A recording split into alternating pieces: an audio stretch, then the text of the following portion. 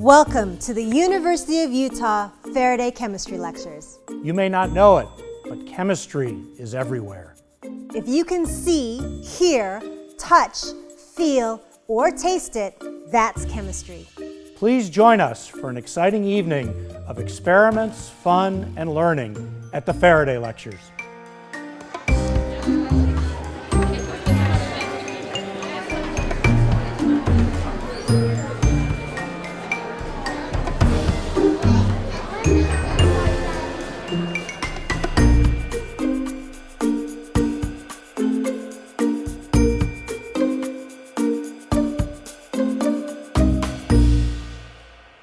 Welcome to the Faraday Christmas Lectures.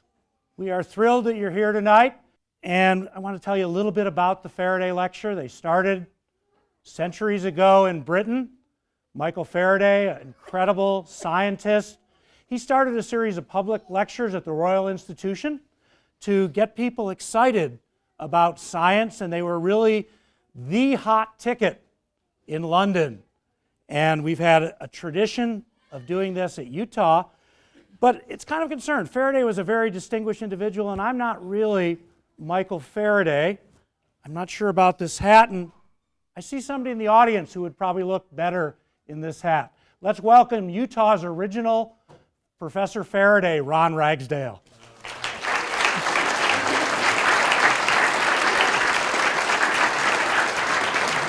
Glad you're with us tonight, Ron. The original Faraday Lectures given by Professors Ron Ragsdale and Jerry Driscoll here at the University of Utah entertained and educated audiences of all ages.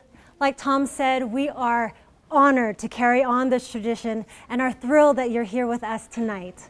We couldn't have picked a better venue. The University of Utah Department of Chemistry is home to cutting-edge research groups creating solutions to an array of modern-day problems. We have research groups working on making new ways to harness energy by formulating biocatalysts and nanostructures, stopping drug resistance by inventing new antibiotics, and using the fastest computers in the world to predict fundamental properties of matter. Tonight's lecture is full of fun topics that we hope will both inspire you as well as bring out the child and the scientist in all of us. You know, Faraday's first lecture was on the chemical history of a candle, and you can tell that Professor Louie and I need a little help with our candles. And how should we start a lecture like this? I think we need to start it appropriately with some fire. What do you think?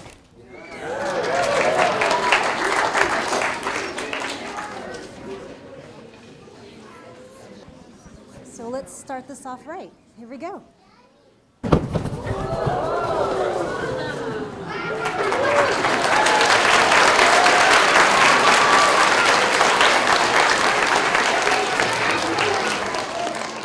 So one way we can figure out that a chemical reaction has taken place is we see a change in energy. There's other ways to decide if a chemical reaction is taking place. My favorite way is color change. Now you can see in this bottle that there's a liquid in here. It's actually colorless. It looks white because the bottle's white, but we would call it without color. In fact, you might think it's water. Kind of thirsty, so maybe I should take a sip. Is that the best way to test a solution out? A way a chemist might test what the solution is by using an indicator that would react with a chemical if it's in the solution and turn it into a different color. And so I'm going to put just a couple of drops of indicator in these beakers, and we're just going to see if this colorless solution changes color when it reacts with the indicator.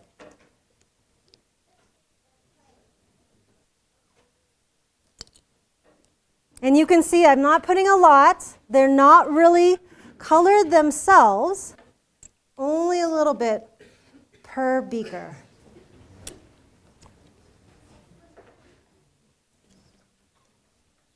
I was thinking about this earlier. You might think, oh, she's just putting food coloring in here, but we can see that this is also colorless. All right, so let's see what happens when I put this colorless solution in. And one of the things we count on you guys for during this talk is to help us out and make observations as scientists.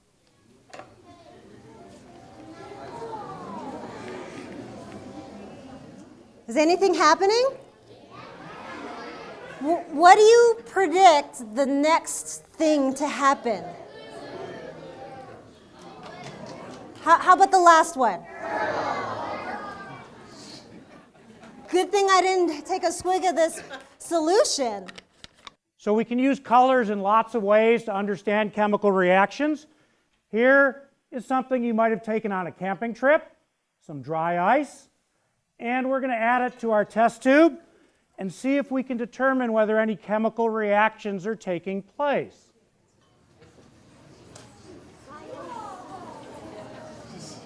And so again, we want to think about, is a color change taking place? And this is kind of a neat reaction because it mixes itself as the carbon dioxide, I hope we're not contributing to global warming, escapes into the atmosphere. And this also changes what chemists call the pH of the solution. Right now it's getting kind of yellow, but we're here at the University of Utah, so that suggests if we add even more acid, what color might happen. And we can continue to monitor our reaction, and the color gives us a window as to what's going on. The purple actually is a basic solution, and we'll make it a little more purple because that's kind of pretty, and you can see how it's mixing away as the CO2 evaporates and bubbles off, and in the end you can get a pretty neat rainbow. And this is the sort of way a chemist would understand, is a lake getting too acidic due to global warming or excess CO2? And so again, our eyes are a way we can really observe and think about how chemistry happens. Now, color change is a great way, as Tom said, for us to have a window of something that's happening chemically. And if you look over there, there's a periodic table with a variety of elements in it, and every element is unique. Every element holds in its casing, if you will, a certain amount of energy. And depending on the levels of energy, they give off different colors.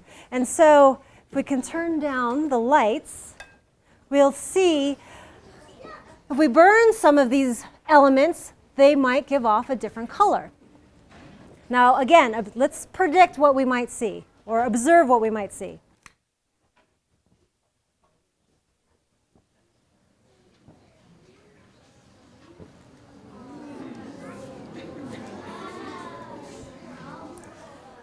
So we see a nice green color, a nice orange color, but what color do we really like here at the University of Utah?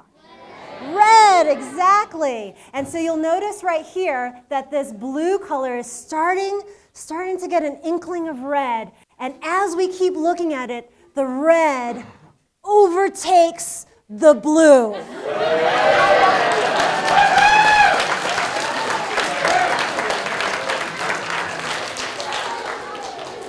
So as we can see from these different colors, different elements have different energy.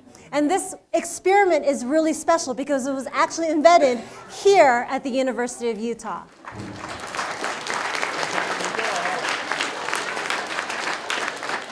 You know, we can also see chemistry using household materials. Here's aluminum foil. How many of you guys have aluminum foil in your kitchen? That kind of concerns me because aluminum is a very reactive metal. Now we know it's a metal because it's shiny, can conduct electricity,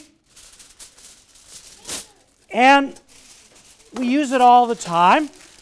And so let's see if we can use this aluminum foil in a Utah context that might be important to a large hole in the ground on the other side of the valley.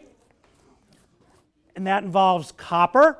So here's copper sulfate, the beautiful blue color.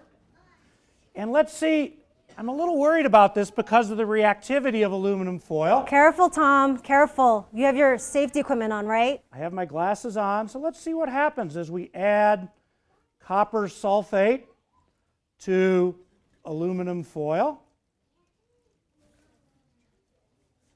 And again, you guys are my eyes here. Make some observations. Look in closely and tell me what's happening. Nothing.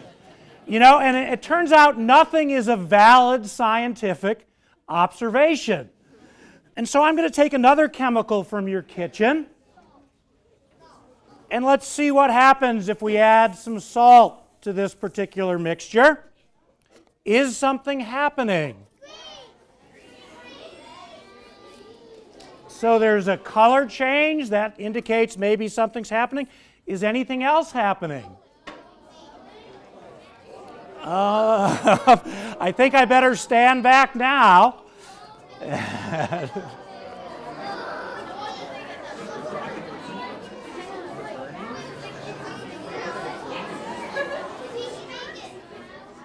And then start thinking, have you ever seen that brownish color before? So maybe rust? We started with copper sulfate, so what does that make you think of?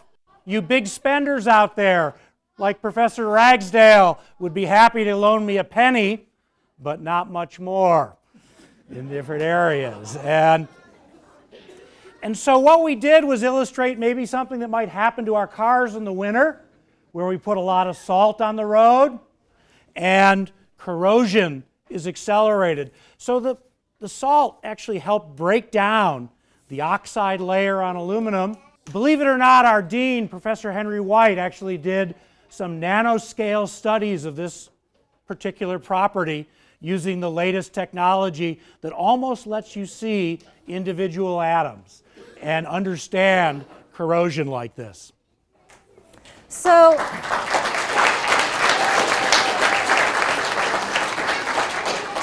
as maybe you can tell from the first couple of experiments that I did, is I really like color change. So again, I'm going to have some clear liquids, I'm going to pour them in, and what you'll see is a nice yellowy orange color.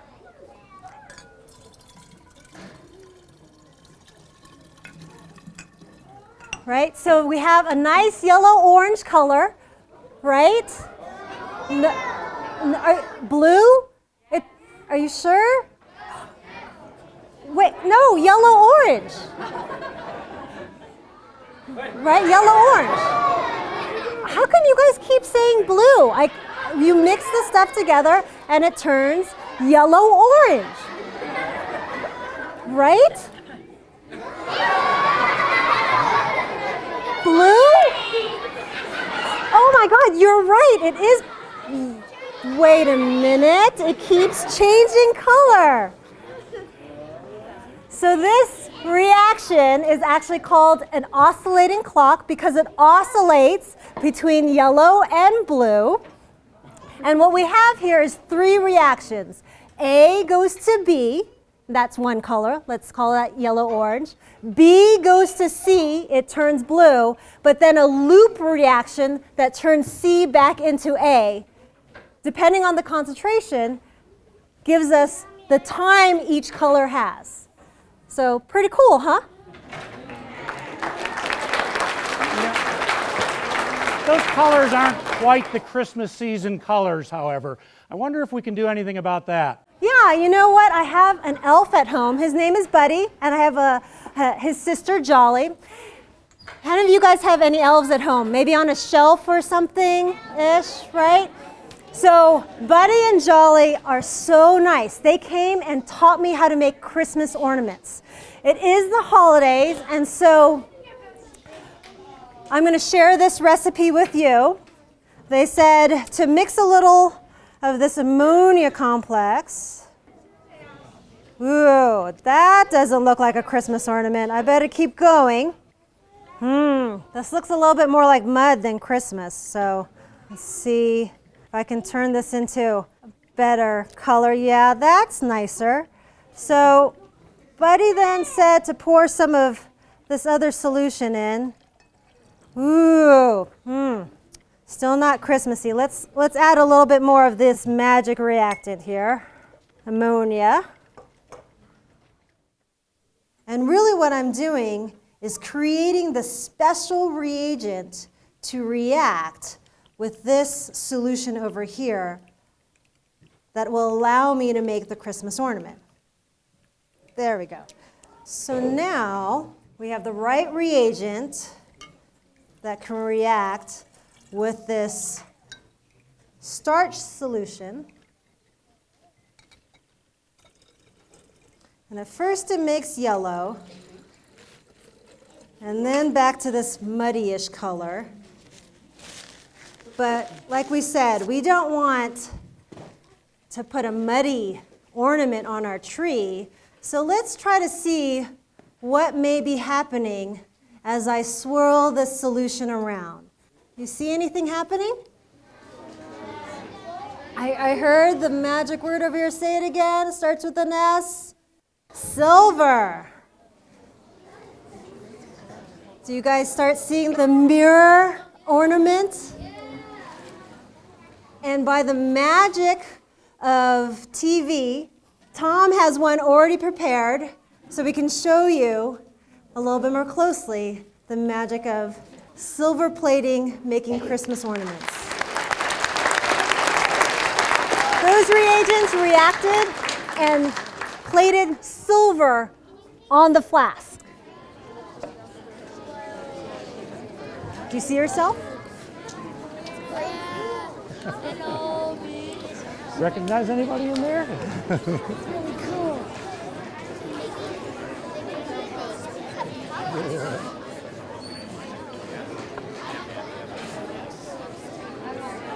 So we've been observing chemical reactions, and we want to switch gears a little bit. And chemistry is all about the study of matter. And I have a feeling we're going to work with some more phases of matter. I have some really cool matter here.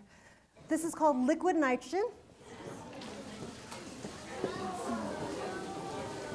You could see that it evaporates really quickly. So liquid nitrogen is about, we know it's cold outside, but this is about minus 400 degrees Fahrenheit in here. And let's take a better look at it. And we're going to fill our bottles with a little bit of the liquid as well. So you can see there's liquid trapped in here. This would be a soda bottle you would not want to cap. And we'll show you exactly why that is. So let's cap it with some balloons.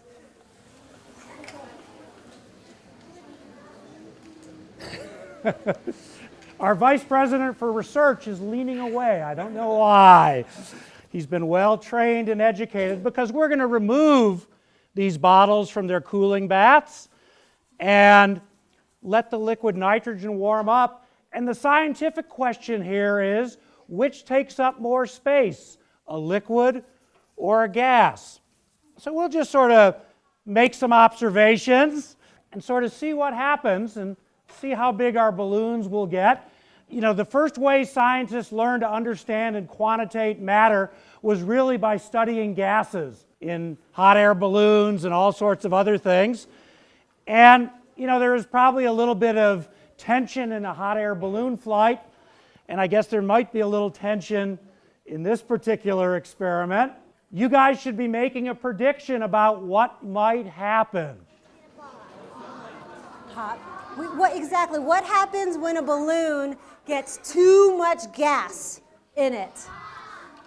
Pop. And so as you're discovering, maybe the front row seats weren't the perfect idea for this particular lecture. But clearly our balloons have more than doubled, tripled, 100 times the volume of the gas. And I'm sort of going to spend the rest of the lecture over here, I think, as we explore the properties of gases. I don't know, these are pretty festive balloons. You think we should just let them hang out here? Or maybe we should push them along. Let's maybe break this balloon.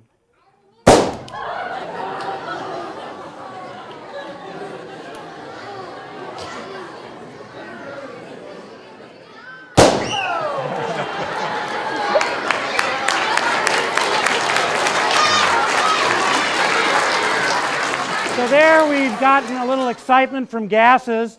Gases are a lot of fun. Oh yes, gases are really cool. I think those balloons are probably filled with some gas, right, Tom? And the good news is this demonstration is a peaceful and quieter demonstration. We each have a sample of a gas. Whoops. Is that normally what happens when you blow up a balloon with gas? No. That might suggest that the gas that's in there is a little different than what we would think of putting into a balloon. Mine, on the other hand, is floating quite nicely. It's held by a heavier metal piece, so it won't float up. But let's explore what happens when we do something unchemistry-like with chemicals. Some of you may have tried this experiment at a birthday party.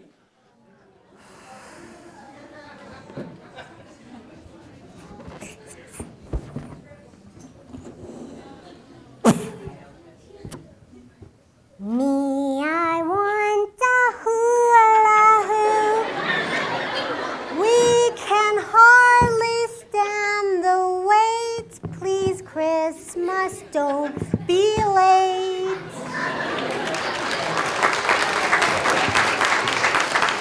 So again, you've made a hypothesis of why the helium perhaps changed the range of Professor Louie's voice. I have a heavier gas. Let's try that experiment.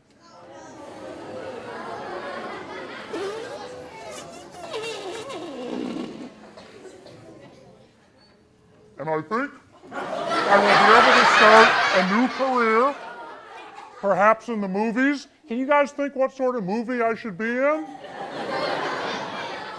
I sort of think I could be Darth Vader in Star Wars. And with my deep voice, perhaps I can ask Professor Louie for a date. Chris will beat your bum.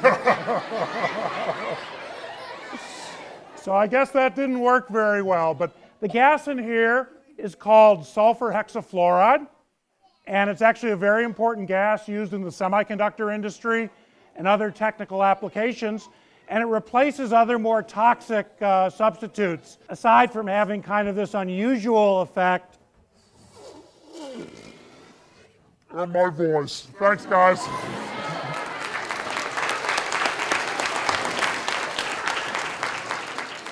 I think here in Utah, when we think of different gases and different states of matter, what we are really famous for is snow. And where does snow come from? From clouds, exactly. And so let's see if we can generate some indoor clouds. I think we have some dry ice here and still some liquid nitrogen. The dry ice. Woo.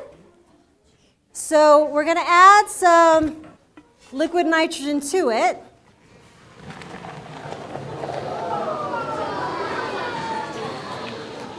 So we're taking something cold and making it even colder.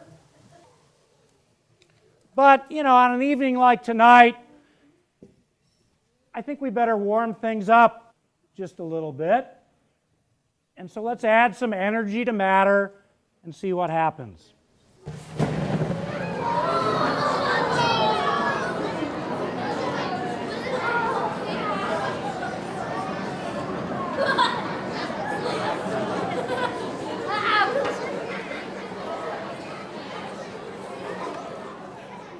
So this is actually what happens in cloud formation. We have water in different physical states caused by different temperature ranges.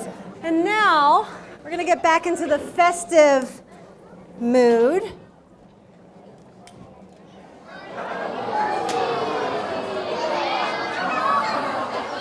so the way chemists study many things is by adding energy to matter.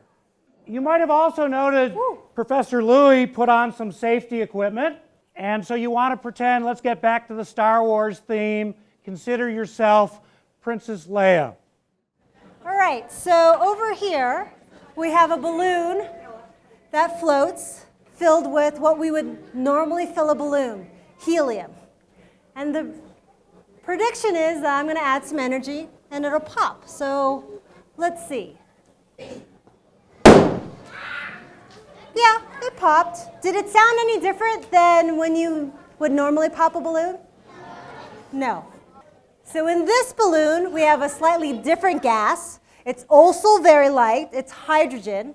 And hydrogen is flammable. That means it reacts with fire. Let's see if that's the case.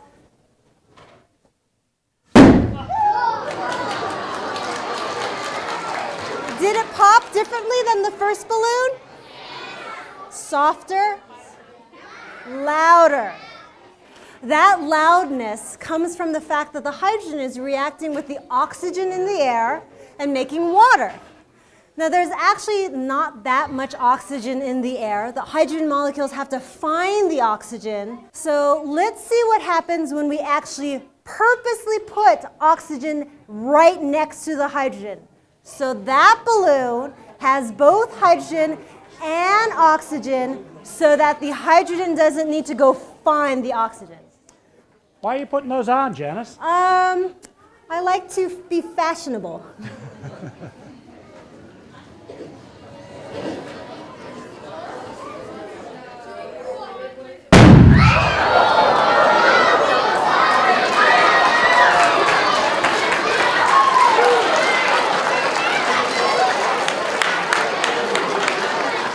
That's kind of an inelegant way to start a reaction, just starting a fire.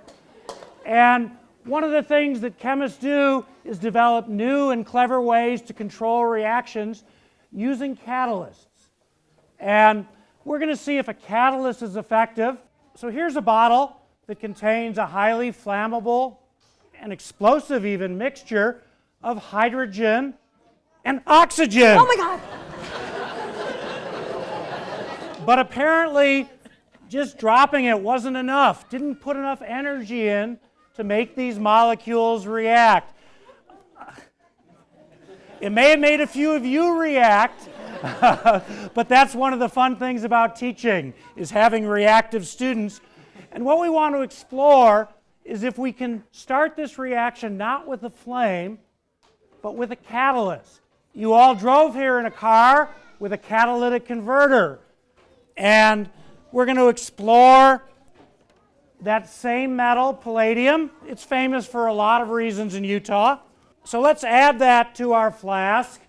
And you notice we're both putting on ear protection. We've already talked about Star Wars, so pretend you're Princess Leia.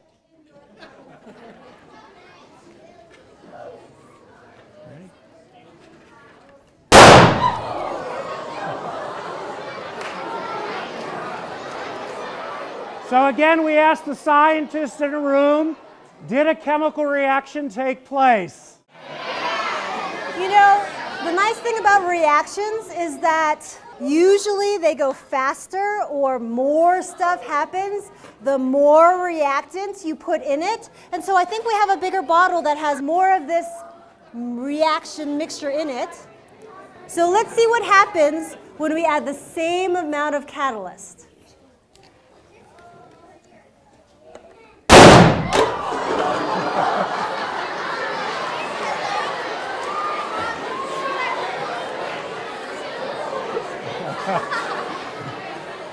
Now, chemists actually have to work on large scales sometime.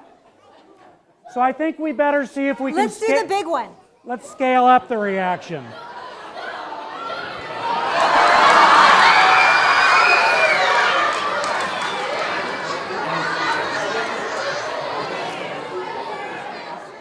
Are you ready?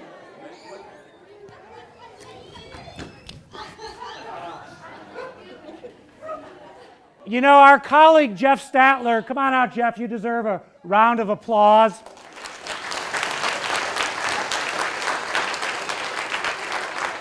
You can see he really cares about us because he forgot to fill that one. Now, catalysis is very important. It's the way we make all the molecules that are important in our society. Refining gasoline, synthesizing new medicines. And so we want to understand catalysis, but maybe in a little quieter way. So let's get a test tube, and we're going to explore the chemistry of catalysis with a chemical that you can find under your bathroom sink. This is hydrogen peroxide, but for some reason they gave me 10 times stronger hydrogen peroxide than what's under your sink. And what we're going to see, if we can control the reaction of hydrogen peroxide, and of course chemists measure things. And so we'll put about 100 milliliters of hydrogen peroxide in here. And I think we're just going to explore one catalyst today. This catalyst is a catalyst I call Southern Utah. It's red rock or orange rock, and that means it's iron. And so we're going to see how this potential catalyst might interact with hydrogen peroxide. And remember, you guys are the scientists in the room. So let's start out and make an observation. What color? Okay. What color? Let's see what happens when we mix them together.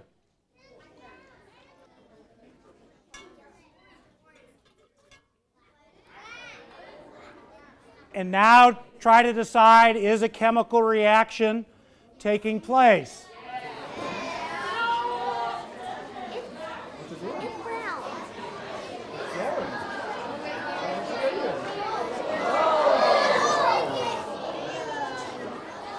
What color is this now? And one of the exciting things about a catalyst, those high school students here, think about what your biology teacher calls a catalyst. But we can use it over and over again. So I'm going to add some more peroxide. I'm not going to add quite as much this time. Let's see what happens.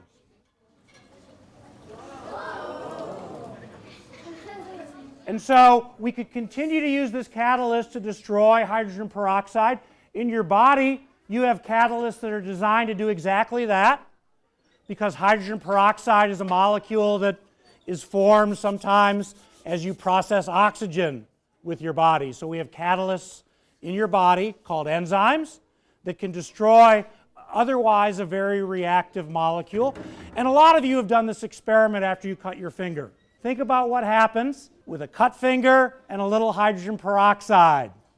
It stings and it bubbles, and that's pretty much what we saw right here. And so catalysis is really a clever way to control chemical reactions. But let's get back to energy. Yes, in these bottles we have what may be considered an alternative fuel, methanol. Maybe we can see what happens when we light a fuel on fire.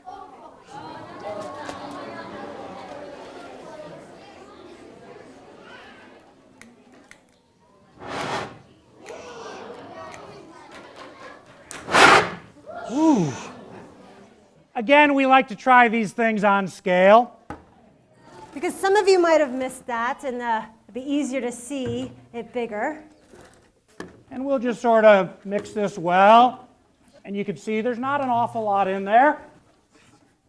And we don't want to have too much in there as well. How about you, Tom?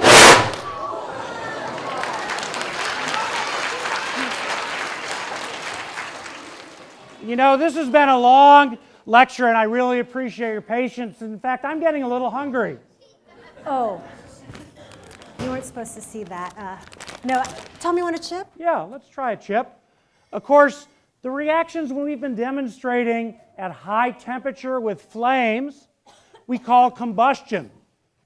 When this corn chip does its work in my body, it has another name called metabolism, but essentially it's the same reaction. Let's see how that works, how our body turns fuel like a corn chip into energy. Now, I know when you read the serving size on that package, it says 8 corn chips, and it might have a few calories from fat. It looks like a good emergency candle. But this is what your body is doing at room temperature using enzymes in metabolism. If you had enough close look at this, you'd see the oil coming off. This is the full, this is not the fat-free chip. So imagine 8 of these burning in your stomach as you enjoy the game. We're going to try another way to oxidize organic compounds. This is the holiday season, and so we think about candy a lot, don't we? Yes, so the burning of the...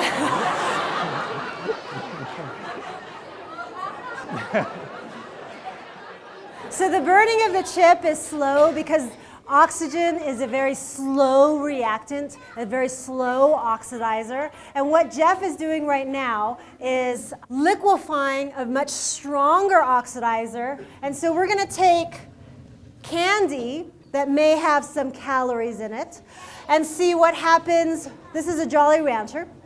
What happens when we do the same oxidation in metabolism a little bit faster.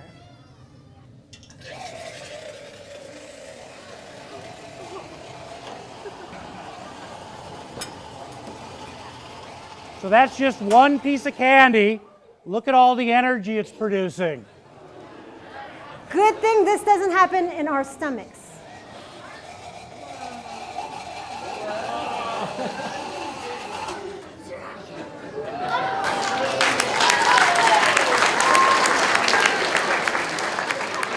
So another great thing about organic chemistry is they make polymers. And polymers are really important products. They line our clothing. You're sitting on polymers, shoes, insulation, you name it. Polymers are everywhere. And to demonstrate really what polymers are, I think we have some helpers from the audience. Please come down. You know who you are. And so my helpers here are going to be molecules, because in reality we can't see an individual molecule. So each one of them are going to pair up to be an individual molecule, right? And we're going to probably want to make 2 polymer chains, I think. So you'll see that everyone is paired up. We like to dance in the chemistry building here. So all of these couples, right, they're showing you their kinetic energy, dancing around, dancing around. They're all a molecule. They have a functional group represented by their arms. If I were going to ask them to dance around the room, you might imagine that a couple of pairs might hop, skip up to the stairs or over to the side and over that way. We'd have a good old dance party in here. But if we wanted to make a polymer, what we would do is have all of these individual molecules open up and hold hands and make 2 polymer chains. And now they are stronger as a group, less mobile. If I asked them to dance around the room, a little harder. But they still could. One line could go this way, one line could go the other way. So if we want to make a polymer even stronger so that we don't fall through, that it could hold our weight, we might want to add a different chemical like a cross-linker to bind the polymers together. And I will be the cross-linker, and so will Tom. Heads? Heads, okay, heads.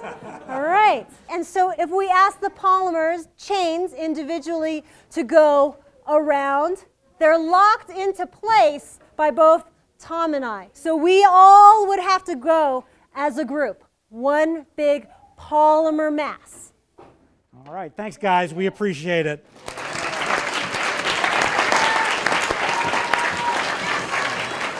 And so we used them because it was much easier to visualize individual molecules with people. I do it all the time in class. But now we're going to again visualize making a polymer by adding one group of monomers to another group of monomers. You can think of this kind of like an 8th grade dance. All the girls on one side, all the boys on another. Never the two shall meet. But we want the girls to dance with the boys. So we're going to add one to the other. Okay, so you can see that I put the layer of girls on top of the layer of boys. So one monomer on top of the other, and at the interface is where they react. So I'm just going to go in and grab the interface. And what I've made is a polymer that you might have heard of and perhaps even worn, nylon. So this is a nylon rope from the reaction of the pink solution and the clear solution. And I could keep going and going and going, but sometimes it's more fun to do it fast.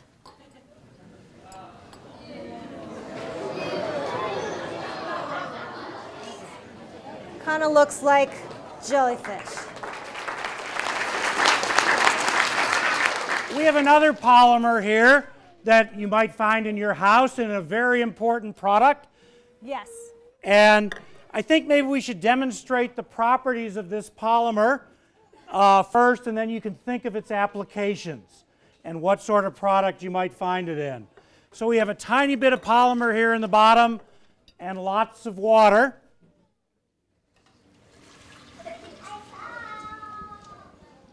I'm going to add some more.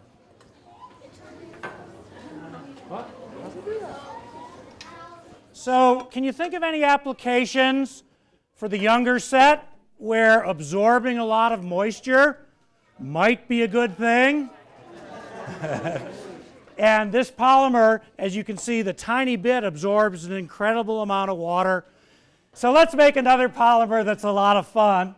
And so many polymers are made by mixing two components. And I think we're going to have a little bit of a competition here. I think we're going to have a race. So I want to hear go red. Red. And I'm not even sure what color I am here. So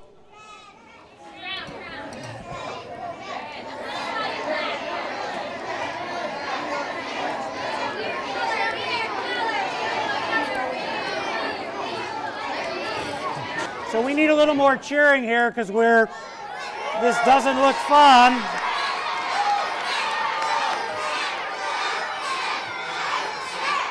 I think we're going to let this react and demonstrate another polymer while this is going. I wonder what's in this bottle. So let's do a hands-on demonstration.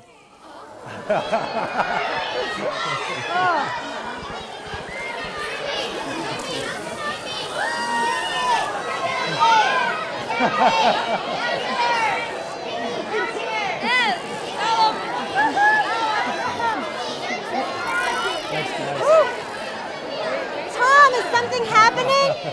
But wait a minute, something's happening over here. Is the red or the white winning here?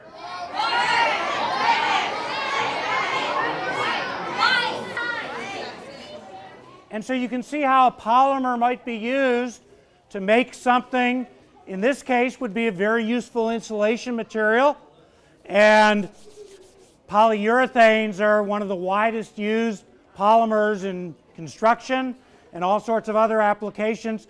It looks like they're going to be used in the fashion industry soon. I think so. Well, we'll let this react a little bit more. Why don't you show us some light? We started off with some light and some chemical reactions. And what we're going to work with is an element in the periodic table that's essential to life. It's phosphorus. And phosphorus is in part of your DNA, but I have a special form of phosphorus here. It's actually stored underwater to protect it from oxygen in the air. And if you think about the root name of phosphorus, it sort of sounds like light might be involved, so I'm going to need a different pair of safety glasses for this particular reaction. And I want to react it with oxygen, so we're going to add some liquid oxygen to my flask. And this will displace all the air. And I think if you look at this carefully, besides I can run little races with my liquid oxygen molecules, you can see it's a very faint blue color. And And I'm just using it to displace all the air, so I'll have essentially pure oxygen in my flask, but I wait for it to all evaporate. And you can see there's just a little bit of frost forming on the thing because it's getting kind of cold. But now I've filled this up with oxygen, and I'll just let the last little bit drain out. What I'm going to do is try a reaction with phosphorus. And like most reactions, we'll need a little heat to get things going. And so I'm going to warm this rod up and take my piece of phosphorus, and I'm going to put it inside my flask with oxygen. And then to get the reaction started, I'm just going to warm up the phosphorus a little bit.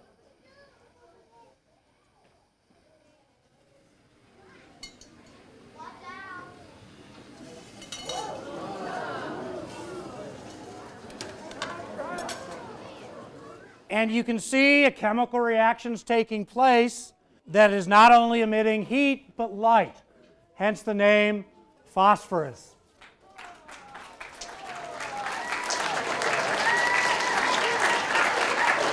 But I want to learn more about this solution.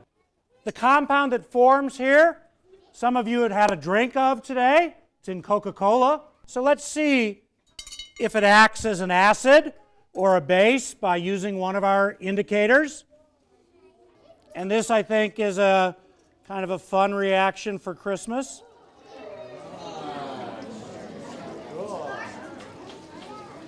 Have you guys seen any color changes?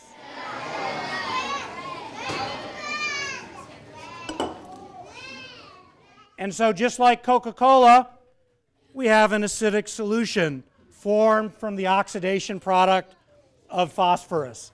Now, Tom, I just wanted to show you guys that we took a couple of solutions together and made these really fashionable hats. Try one on. Mine has ear protectors. What do you think, Tom? Looks good. You know, we've had a lot of fun tonight, and we're going to deal with light some more. Let's try another reaction involving the production of light. Here I have two solutions that are used in forensics to detect blood. If we turn down the lights, we can see that if I pour one into the other, an oxidation event occurs that creates a luminescent material identical or similar to the ones that some of you have waving around in the audience. Let's see your chemical glow sticks. Wonderful. Now, Tom, I think other things give off light besides luminol, don't they? Yeah, we're going to try another reaction that we have a lot of fun with. One of the elements we get out of the Great Salt Lake is magnesium, an important metal because it's very light. And let's see how magnesium reacts by burning it.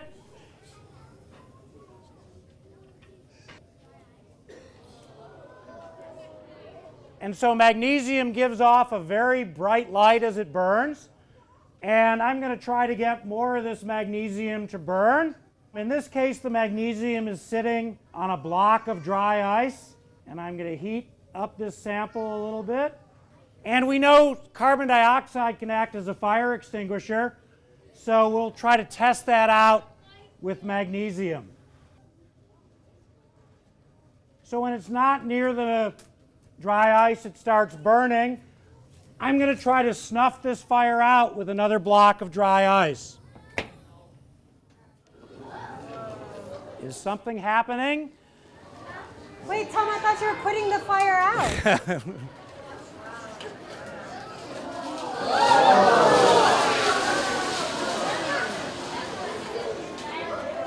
Obviously, my next career will not be as a fireman.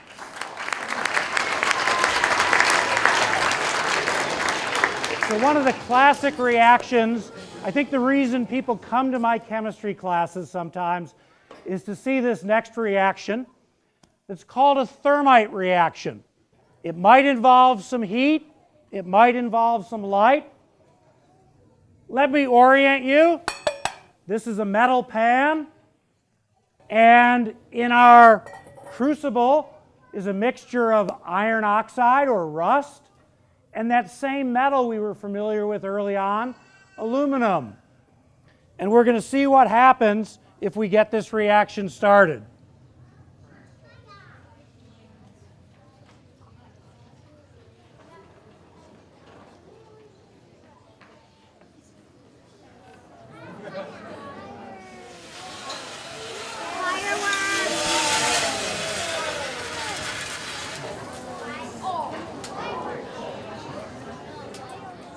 The last part of that reaction has been done hundreds of times in Salt Lake City when they were putting together the track system. This is how you still weld together the rails on light rail so you don't get a clickety-clack of railroads. The product is glowing. It's molten iron. But first, let's see how my metal pan did. Not very well. And then, just so you can see that this has produced a tremendous amount of heat, in this ingot, the iron is still molten, kind of like at the center of the Earth. And a lot of heat that warms us up on this last day. We really want to thank you for coming out tonight. We had a blast doing these demonstrations for you. It was so fun for us. And we want to end like we started. We want to leave you with a Go Utes for the University of Utah with the Block U, as well as ask you again to be scientists and predict what might happen when we turn the U around. What do you think we should do with this U? Let's see your Utes. Go Utah, ready? On three, go Utes. 1, 2, 3. Thanks very much, everybody.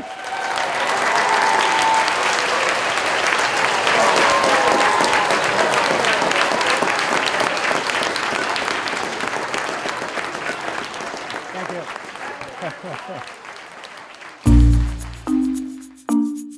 Thanks for watching us. We really hope you enjoyed it. But wait, there's more. As an added bonus, there are special slow motion clips. Keep watching.